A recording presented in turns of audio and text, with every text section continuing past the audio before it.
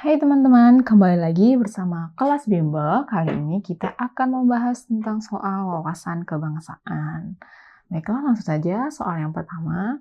Pancasila mengandung nilai material, vital, dan kerohanian merupakan nilai Pancasila menurut A. Soekarno, B. Prof. Notonegoro, C. Muhammad Yamin, D. Suepomo, E. Muhammad Yatta. Jawabannya adalah Prof. Notonegoro. Di mana Prof. Notonegoro itu mengatakan bahwasanya Pancasila itu mengandung nilai material, vital, dan kerohanian. Soekarno itu memandang bahwasanya Pancasila itu memiliki 5 nilai, yaitu ketuhanan, kemanusiaan,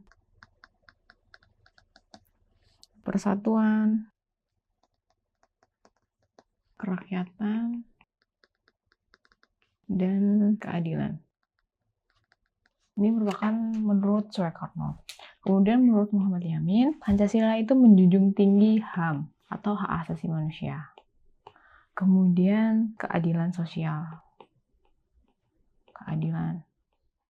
Kemudian persatuan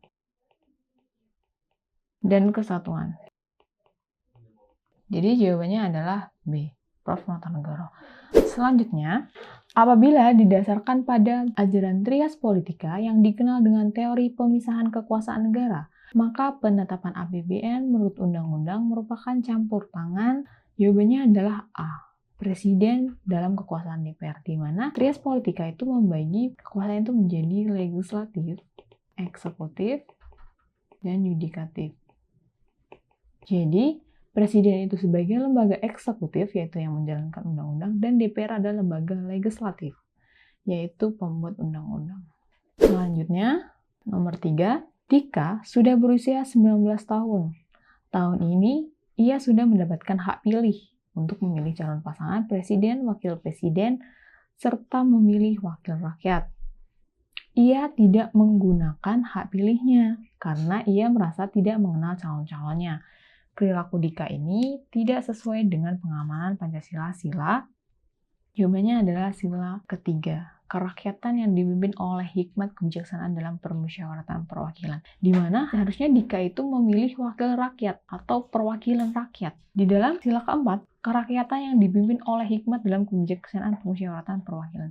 Karena Dika tidak memilih, jadi Dika tidak ikut andil dalam memilih wakil rakyat tersebut. Jadi jawabannya adalah D. Selanjutnya, nomor 4, demokrasi di Indonesia mengalami perubahan seiring dengan berjalannya pemerintahan. Salah satu faktor pendorong perubahan demokrasi dari masa Orde Baru ke masa Orde Reformasi adalah, jawabannya adalah C. Di mana dalam masa Orde Baru ini adanya ketidakadilan. Jadi ada ketidakadilan di bidang politik, hukum, dan ekonomi. Sehingga dalam Orde Reformasi, di mana rakyat itu menuntut perubahan sistem politik dan pemerintahan agar adil secara ekonomi, politik, dan hukumnya. Selanjutnya, nomor 5, peraturan hidup yang berisi tentang perintah dan larangan beserta petunjuk aturan yang berasal dari Tuhan adalah, jawabannya adalah A, norma agama. Karena norma agama itu berasal dari Tuhan. Norma hukum itu asalnya dari pejabat penting, contohnya undang-undang. Kemudian norma keseluruhan untuk kebiasaan masyarakat, berarti dari masyarakat, dari hati nurani masyarakat, kesopanan juga dari masyarakat, berbentuk tentang tingkah laku. Jadi jawabannya adalah A, norma agama. Selanjutnya, nomor 6, proses di mana hubungan sosial dan saling ketergantungan sosial dan saling ketergantungan antara negara dan manusia dunia semakin besar disebut, jawabannya adalah globalisasi. Apabila tradisi ini adalah turun-temurun, kemudian resesi ini perekonomian mengalami penurunan,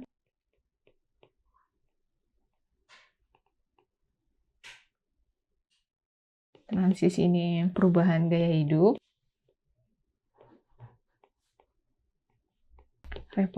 reformasi ini perubahan secara drastis di bidang ekonomi, politik, dan agama.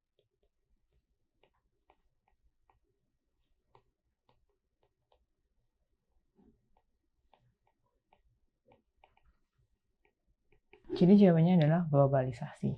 Selanjutnya, nomor 7, contoh sikap bela negara yang dapat dilakukan oleh seorang mahasiswa serta saat menyaksikan penyimpangan nyata yang dilakukan oleh penguasa. Jadi bela negara adalah membela negara. Sesuatu tindakan yang dapat membela negara. Jadi jawabannya adalah A. Ikut serta melakukan demonstrasi karena adanya penyalahgunaan kekuasaan. Karena di mana mahasiswa saat menyaksikan penyimpangan dari seorang penguasa. Jadi jawabannya adalah A. Demonstrasi karena ada penyalahgunaan kekuasaan. Selanjutnya, nomor 8. Untuk memajukan bidang pendidikan dan teknologi di Indonesia, pemerintah akan menjunjung tinggi untuk memajukan bidang pendidikan teknologi di Indonesia. Pemerintah akan menjunjung tinggi nilai, jawabannya adalah nilai agama dan nilai persatuan. Jika agama aja, bagaimana persatuannya? Jika persatuan aja, bagaimana agama? Padahal di sila Pancasila, ketuhanan yang Maha Esa, sila pertama ketuhanan yang Maha Esa. Jadi jawabannya adalah di mana nilai agama dan nilai persatuan itu seimbang. Selanjutnya, nomor 9, sikap untuk menerima keputusan yang ditentukan bersama, walaupun keputusan itu belum tentu sesuai dengan pandangan pribadi atau kelompok, adalah sikap yang sesuai dengan sila-sila Pancasila, yaitu jawabannya adalah D, kerakyatan, di mana sikap untuk menerima keputusan yang ditentukan bersama. Berarti sudah ada permusyawaratan atau musyawarah. Jadi di sila keempat ini ada nilai yang namanya musyawarah. Jadi ketika sikap menerima keputusan yang ditentukan bersama, berarti sudah ada musyawarah di sini. Walaupun keputusan tersebut belum sesuai dengan pribadi atau kelompok, karena sudah diambil keputusan bersama. Bukan atas dasar keputusan individu tadi. Selanjutnya, Pancasila sebagai way of life dalam kehidupan berbangsa, bernegara, dan bermusyawarah. Dalam hal ini, Pancasila memiliki makna sebagai way of life. Way of life itu pandangan hidup. Apa yang dimaksud dengan pandangan hidup? Berarti segala sesuatu yang dilakukan oleh bangsa Indonesia, kehidupan bangsa Indonesia,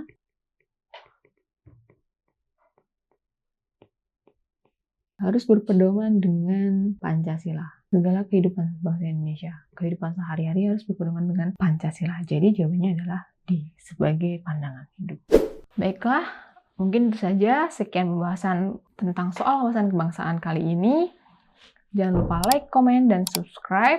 Jangan lupa juga kepoin Instagram Kelas Bimbel. Terima kasih.